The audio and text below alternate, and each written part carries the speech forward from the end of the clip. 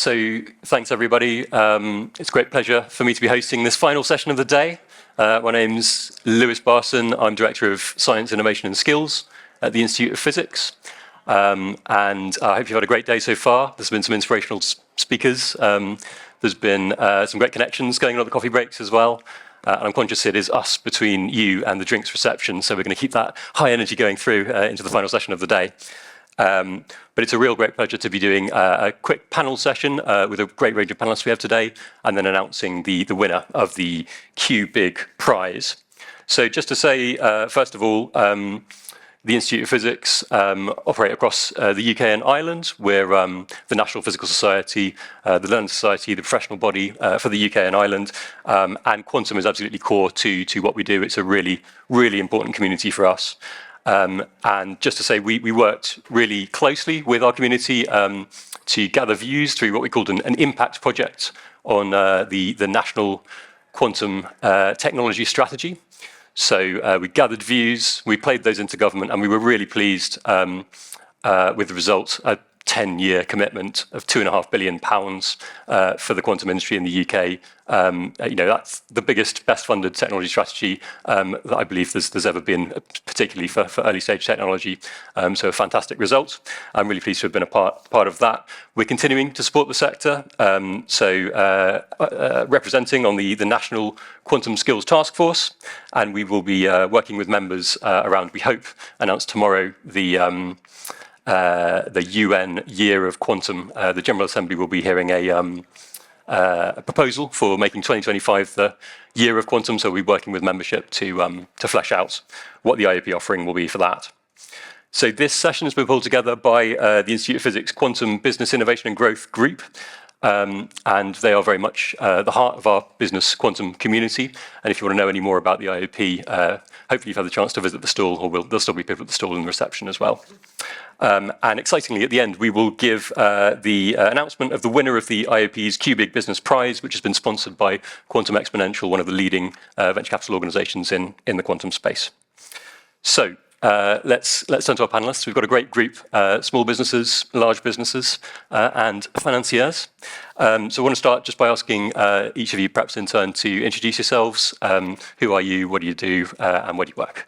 Over to you, Samantha. Yeah, right. Hi, I'm Dr. Samantha Dugelet. I work for Thales Underwater Systems, and you might wonder, why the hell is Thales here? But Thales Underwater Systems, we sit very firmly in the defense sector. We provide navies with sensing equipment, all the processing. We do a lot of modeling to support BAE to design submarines. And I'm also a member of the Institute of Physics QBiG Special Interest Group.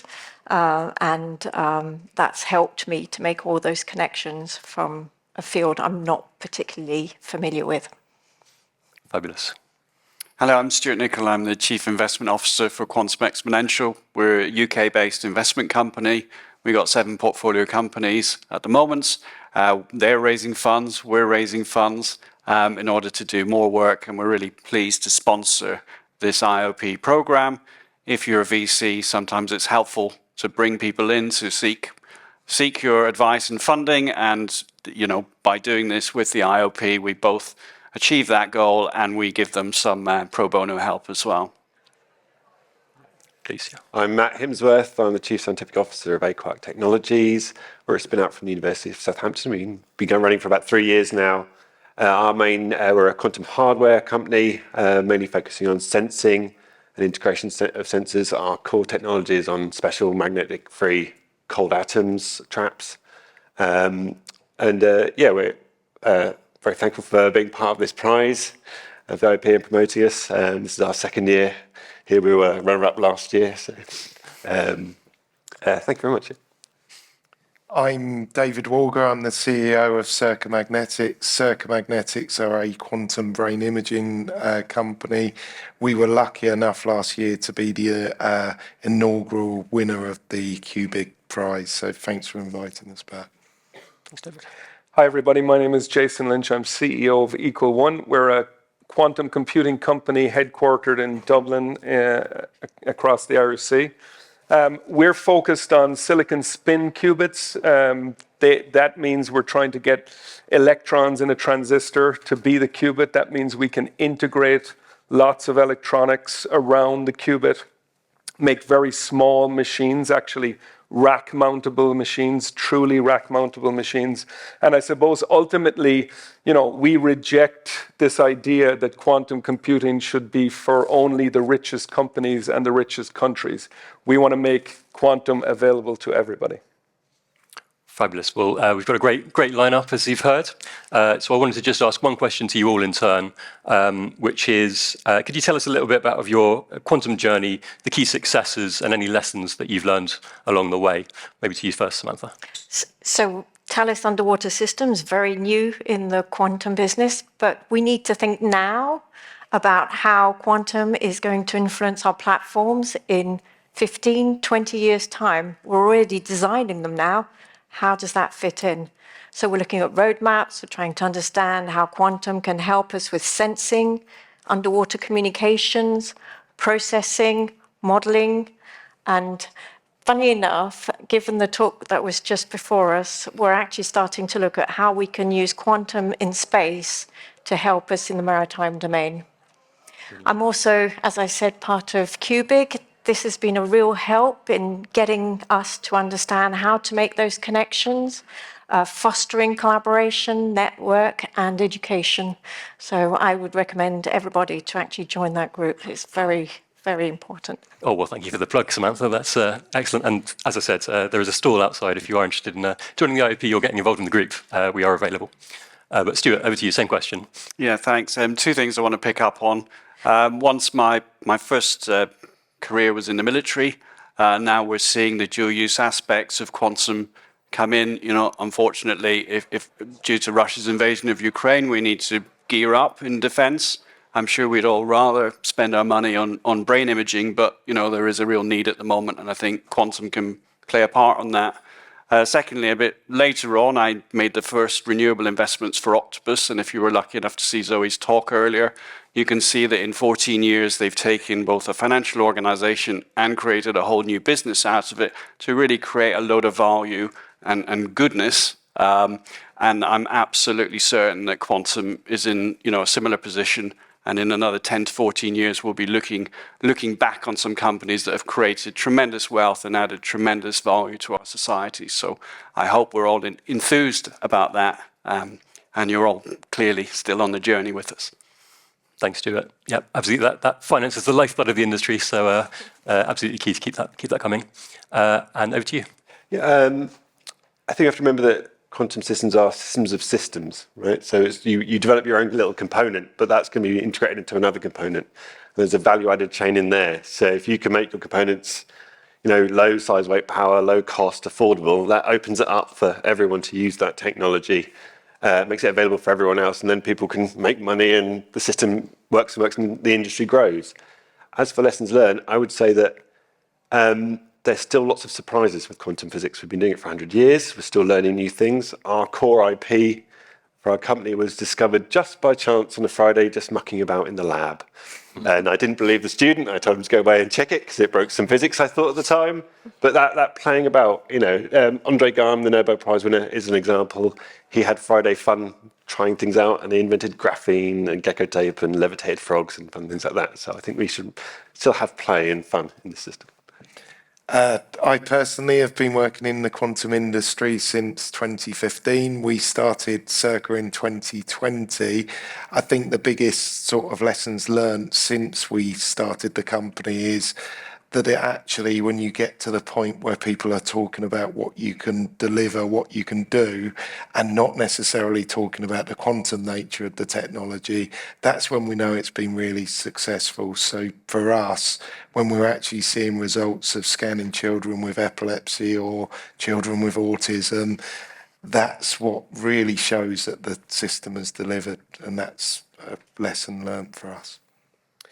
Yeah, and I suppose Equal One has been around for 5 years. We're about approaching now 40 people. And I guess lessons learned is maybe mimics a little bit this conference, right? So I've been at this conference for the last two events before this. And I think the discussions and the presentations have gotten more mature. They're getting, a lot closer to commercial reality. And I think for us, I guess, yes, it's about the qubits, but it's also about the error correction. It's about the other things that are going to enable those applications. And I think certainly the discussions are getting more mature.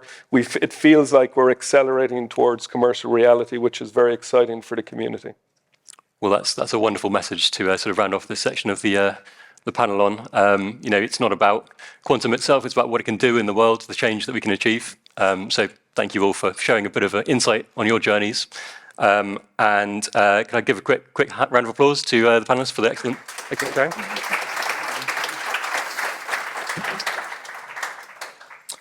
So that moves us on to the second part of the two-part event, the QBiG Prize ceremony. So just to say a few words of introduction, the QBiG Prize is awarded to innovative small and medium-sized enterprises working on taking quantum technology products or services to market. The prize includes a £10,000 cash prize, along with mentoring and access to the IoP Accelerator and Business Network. This is the second year of the awards, so we're really pleased to be partnering again with the Economist Summit for their third event. We were almost in there on the ground floor, and to be partnering again with Quantum Exponential for the award. Your support is really, really valued. So I did want to just say as an introduction, the IoP's QBiG Group Committee were really, really impressed and delighted with the level and the quality of the applications this year. And after thorough discussions, they agreed two runners-up and an overall winner. So I'll go through them in reverse order. So the first runner-up for the development and commercialization of a revolutionary, non-invasive, accurate glucose sensor, which will support better diabetes management practices and reduce the impact of diabetes on individuals and healthcare providers. The first runner-up is NIQS Nix Tech. So congratulations to Nix Tech.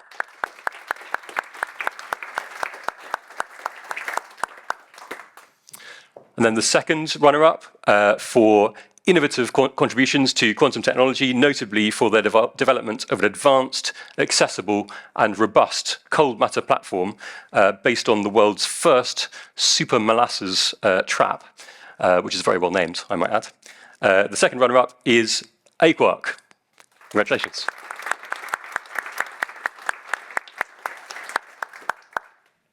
And that leaves the winner. So, for the development of a compact and energy-efficient silicon-based quantum computer designed for seamless integration into data center infrastructure, really pleased to announce the overall winner is =1.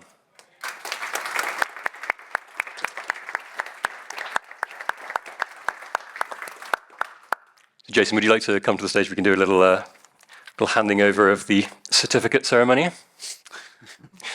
Congratulations again. Thank you.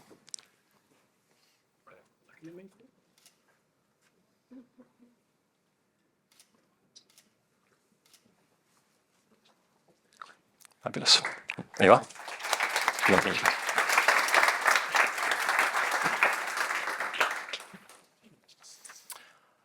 So that is what we have for you today. It just remains for me to thank The Economist for an excellent event, and particular thanks to David Curry, Director of Quantum Alpha Base and Treasurer of the QBiG Committee, for strengthening IoP partnership working with The Economist and for pulling together this fantastic panel. Many thanks again to all of the panelists. I think that's the close of this session, so please enjoy some drinks. But if I could ask the QBiG Committee to stick around, and we'll do some photos on the stage with all of the panelists. So thank you very much for your attention, and let's take the next step on the quantum journey together.